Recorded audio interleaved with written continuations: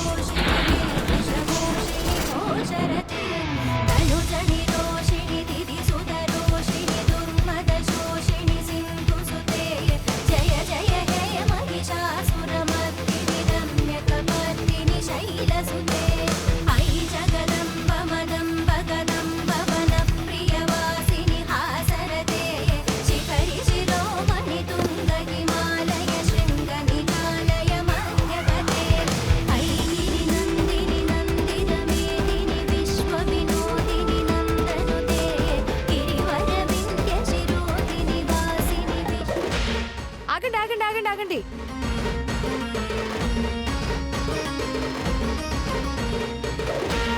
మీ అందరి కోసం వేడివేడిగా ఉప్మా చేశాను. చిన్నత్తయ్య, ఇది కూడా వేడిగానే ఉందే. నేను స్పెషల్ గా చేశాను. ఉప్పు బదులు కర్పూరం వేయలేదు కదా? కారం బదులు కలరౌండ్లో ఏమైనా వేయలేదు కదా?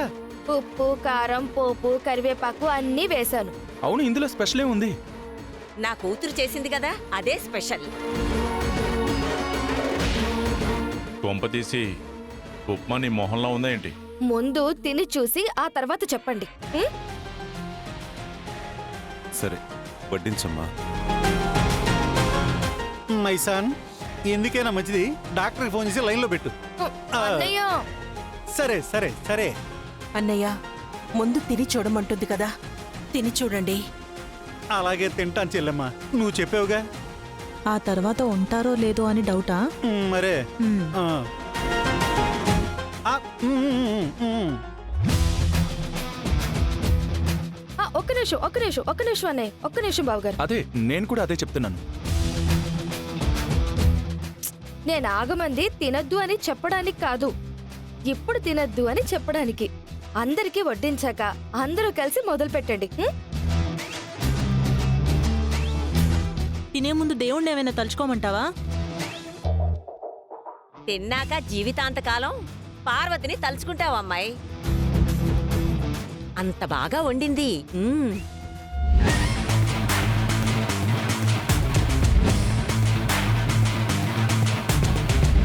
ఏంటి మిగిలిపోయింది నాకేస్తున్నావా? కాదండి, మీ మీద ప్రేమతో వేస్తున్నాను, తినండి. ప్రతీకారం తీర్చుకుంటున్నావు అన్నమాట. చిన్నత్తయ్య, మొదలు పెట్టొచ్చా, ఏదైనా ముహూర్తం పెట్టాలా? అందరికీ వడ్డించింది కదా, మొదలు పెట్టండి. ఏమండి?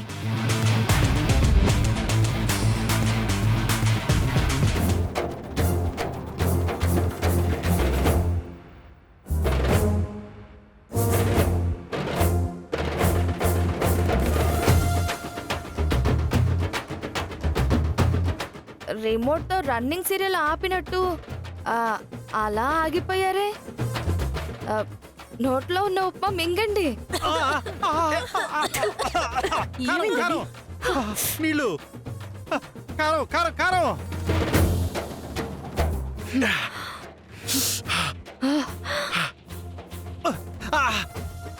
అబ్బబ్బా, ఇటివే కారం.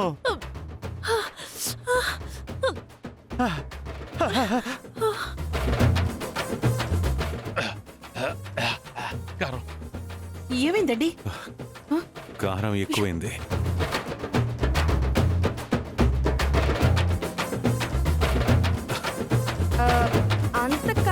ఉందా? నశాలను ఎక్కింది, అంత కారం వేసావు. ఆ, మనం 7గురు ఉన్నామని మనిషికి 3 చొప్పున 7 మూళ్ళ 21 పెద్ద పచ్చిమిరపకాయలు నూరి నూరి నూరి అదిగో ఈ ఉప్మాలో వేశాను. అంతే చేశాను.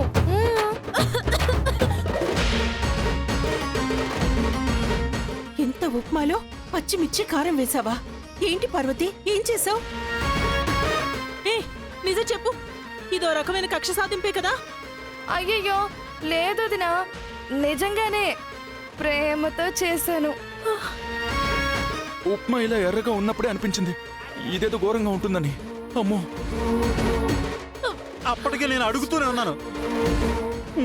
నాకు చూడగానే డౌట్ వచ్చింది.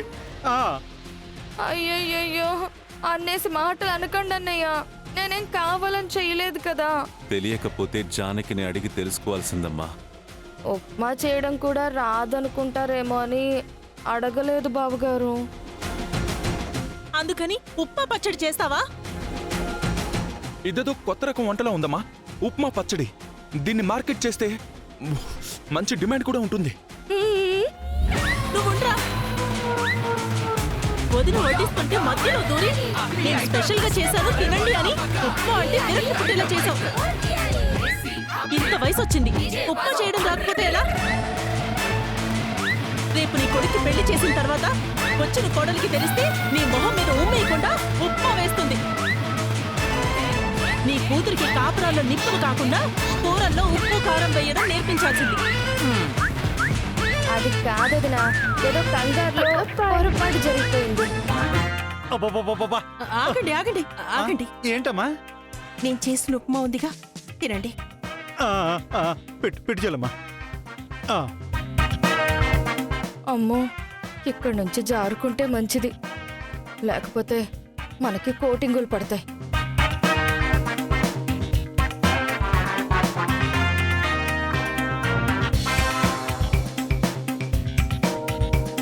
శివయ్య వేసుకో. వదినా, నేను ఇప్పుడే వస్తాను. పిన్ని ఆ, మీరెక్కడికి? నా కూతురు తినకుండా నేను తింటానా? నాకొద్దు. ముందే వండి పెట్టి బతికించా వదినా. లేదంటే ఈ పూటకి ఆకులతో అలమలతో సరిపెట్టుకోవాల్సి వచ్చేది.